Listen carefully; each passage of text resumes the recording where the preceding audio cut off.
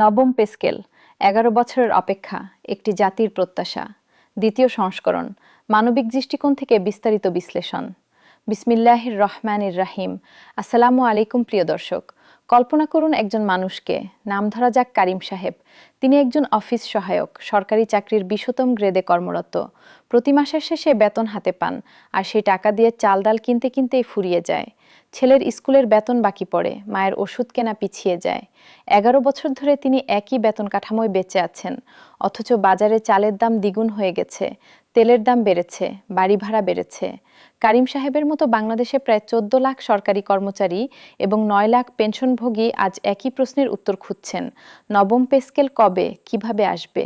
আজকের প্রতিবেদনে আমরা এই প্রশ্নের উত্তর খুঁজব, একেবারে গোড়া থেকে শুরু করে আজকের অর্থাৎ ৩ জুলাই ২০২৬-এর সর্বশেষ বাস্তবতা পর্যন্ত।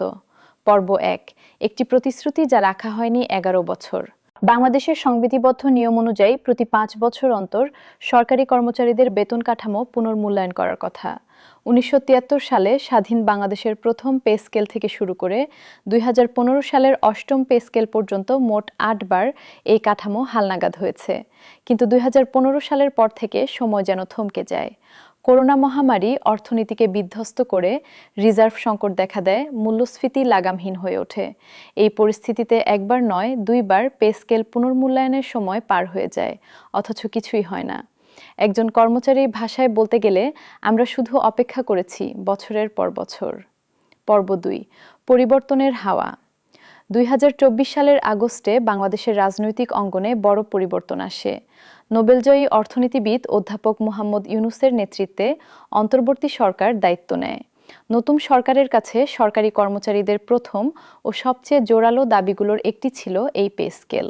সরকার সাড়া দেয়। সাবেক অর্থ সচিব জাকির আহমেদ খানের নেতৃত্বে ২৩ সদস্যের একটি জাতীয় বেতন কমিশন গঠিত হয়। এই কমিশন মাঠ পর্যায়ে গবেষণা করে বিভিন্ন কর্মচারী সংগঠনের সাথে বসে অর্থনীতিবিদদের মতামত নেয়। অবশেষে ২০২৬ সালের ২১ জানুয়ারি নির্ধারিত সময়ের ৩ সপ্তাহ আগেই কমিশন তাদের চূড়ান্ত প্রতিবেদন প্রধান উপদেষ্টার হাতে তুলে দেয়। পর্ব ৩, কমিশনের সাহসী প্রস্তাব। কমিশনের সুপারিশ পড়লে বোঝা যায় এটি শুধু সংখ্যার পরিবর্তন নয়, এটি একটি দর্শনের পরিবর্তন। সবচেয়ে নিচের গ্রেডে, যেখানে মূল বেতন মাত্র ৮,২৫০ টাকা, সেখানে ২০,০০০ টাকায় উন্নীত করার প্রস্তাব আসে, প্রায় ১৪২% বৃদ্ধি। সর্বোচ্চ গ্রেডে ৭৮,০০০ টাকা থেকে বেড়ে ১,৬০,০০০ টাকা হওয়ার প্রস্তাব। আর সবচেয়ে গুরুত্বপূর্ণ প্রস্তাবটি ছিল বৈষম্য কমানো নিয়ে। সর্বনিম্ন ও সর্বোচ্চ বেতনের অনুপাত ১:৮-এ নামিয়ে আনা, যা বাংলাদেশের ইতিহাসে সর্বনিম্ন। এই একটি সংখ্যাই বলে দেয় কমিশন কতটা সচেতনভাবে সামাজিক ন্যায্যতার কথা ভেবেছে। পর্ব ৪, রাজনৈতিক সিদ্ধান্ত ও বাজেটের প্রতিশ্রুতি। ১১ জুন ২০২৬ জাতীয় সংসদে ২০২৬ থেকে ২৭ অর্থ বছরের বাজেট বক্তৃতা দিচ্ছেন অর্থ ও পরিকল্পনা মন্ত্রী আমির খসরু মাহমুদ চৌধুরী। তিনি ঘোষণা দেন, আমরা সরকারি কর্মচারীদের জীবনযাত্রার মান উন্নয়নের জন্য নতুন বেতন কাঠামো তথা নবম জাতীয় পে স্কেল আগামী ১ জুলাই থেকে ধাপে ধাপে বাস্তবায়ন করার ঘোষণা দিচ্ছি। করিম সাহেবের মতো লাখো কর্মচারীর মনে তখন আশার আলো জ্বলে ওঠে। কিন্তু বাজেট বক্তৃতায় বাস্তবায়নের বিস্তারিত রূপরেখা তখনও স্পষ্ট ছিল না, এবং এখান থেকেই শুরু হয় পরবর্তী ৩ সপ্তাহের নাটকীয় পরিবর্তন। পর্ব ৫, যে সিদ্ধান্ত বদলে দিল সবকিছু। ৩ ধাপ থেকে ২ ধাপ। জুন মাসের শেষ সপ্তাহে একটি গুরুত্বপূর্ণ পরিবর্তন আসে, যা অনেকেরই অজানা। প্রাথমিকভাবে সরকার ৩ ধাপে প্রায় ৩ অর্থবছর ধরে এই পে স্কেল বাস্তবায়নের পরিকল্পনা করেছিল। কিন্তু মন্ত্রিপরিষদ সচিব নাসিমুল গনির নেতৃত্বাধীন সচিব কমিটি এই পরিকল্পনা থেকে সরে আসে। কারণ ছিল দুটি। প্রথমত, সরকারের হিসাব ব্যবস্থাপনা সফটওয়্যার আইবাস প্লাসে ধাপে ধাপে আংশিক বেতন বৃদ্ধি প্রয়োগ করা কারিগরিভাবে জটিল হয়ে উঠছিল।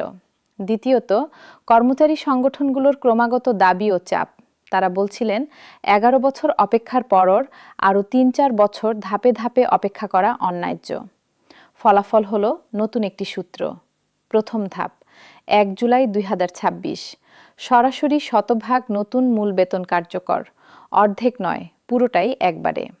দ্বিতীয় ধাপ, ২০২৭ থেকে ২৮ অর্থ বছর, বাড়ি ভাড়া, চিকিৎসা, যাতায়াত সহ অন্যান্য সব ভাতা নতুন কাঠামোয় যুক্ত হবে।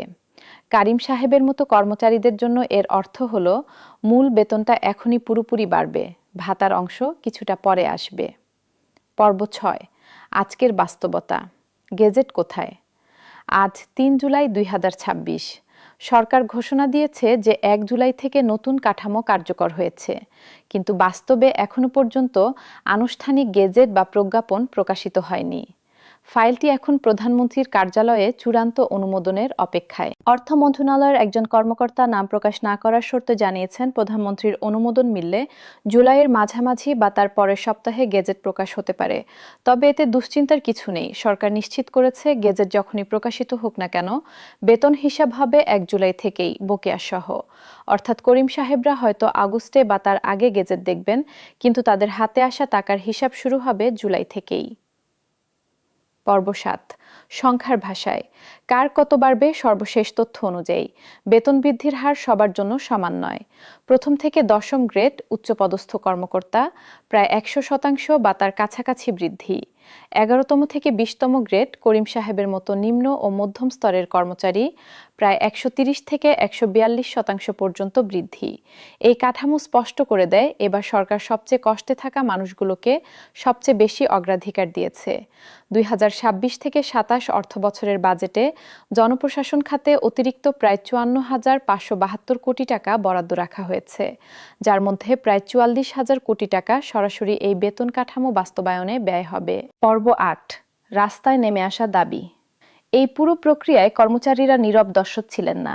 ৫ থেকে ১০ এপ্রিল ২০২৬ পর্যন্ত বাংলাদেশ সরকারি কর্মকর্তা কর্মচারী কল্যাণ সমিতি সহ বিভিন্ন সংগঠন দেশব্যাপী ৬ দিনের কর্মসূচি পালন করে। তাদের দাবি ছিল স্পষ্ট: অবিলম্বে পে স্কেল ঘোষণা, অন্তর্বর্তীকালীন মহার্ঘ ভাতা এবং বাজেটে পর্যাপ্ত বরাদ্দ। জুনের বাজেটে প্রত্যাশিত স্পষ্টতা না পাওয়ায় সাময়িক হতাশা তৈরি হলেও শেষ পর্যন্ত এই চাপই সরকারকে দ্রুততর ২ ধাপের মডেলে যেতে প্রভাবিত করেছে বলে বিশ্লেষকরা মনে করছেন। পর্ব ৯, মুদ্রার অন্য পিঠ, অর্থনীতিবিদদের সতর্কবার্তা। সব খবরই যে আনন্দের তা নয়।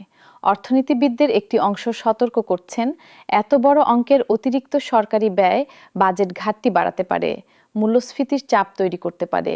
বিশেষ করে বাজারে হঠাৎ ক্রয় ক্ষমতা বেড়ে গেলে পণ্যের চাহিদাও বাড়ে, যা দাম বৃদ্ধির একটি কারণ হতে পারে। অন্যদিকে আরেকটি পক্ষ বলছে, গত ১১ বছরে মূল্যস্ফীতি সরকারি কর্মচারীদের প্রকৃত আয় এমনভাবে কমিয়ে দিয়েছে যে এই বৃদ্ধি স্রেফ পুরনো ক্ষতিপূরণ, নতুন কোনো বিলাসিতা নয়। পর্ব ১০, প্রতিবেশী দেশগুলোর ছবি তুলনামূলক দৃষ্টিতে দেখলে ভারত তাদের ৭ম বেতন কমিশন বাস্তবায়ন করেছিল ২০১৬ সালে, আর ৮ম বেতন কমিশনের কাজ ইতিমধ্যে শুরু হয়ে গেছে।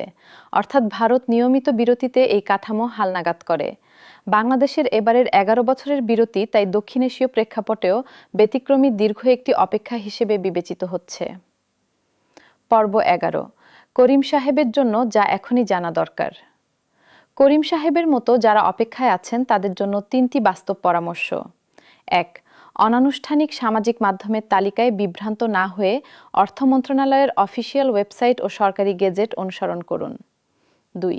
পে ফিক্সেশনের জন্য প্রয়োজনীয় সার্ভিস বুক ও অন্যান্য দলিলপত্র আগে থেকেই হালনাগাদ রাখুন। ৩. গেজেট প্রকাশের আগ পর্যন্ত কোনো সংখ্যাকেই চূড়ান্ত ধরে নেবেন না। এখনকার সব তথ্য এখনও প্রস্তাবিত পর্যায়ে আছে।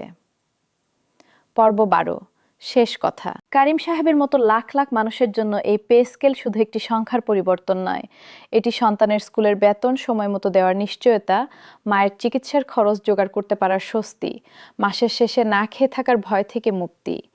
১১ বছরের অপেক্ষা শেষ হওয়ার পথে, কিন্তু যাত্রা এখনো সম্পূর্ণ হয়নি।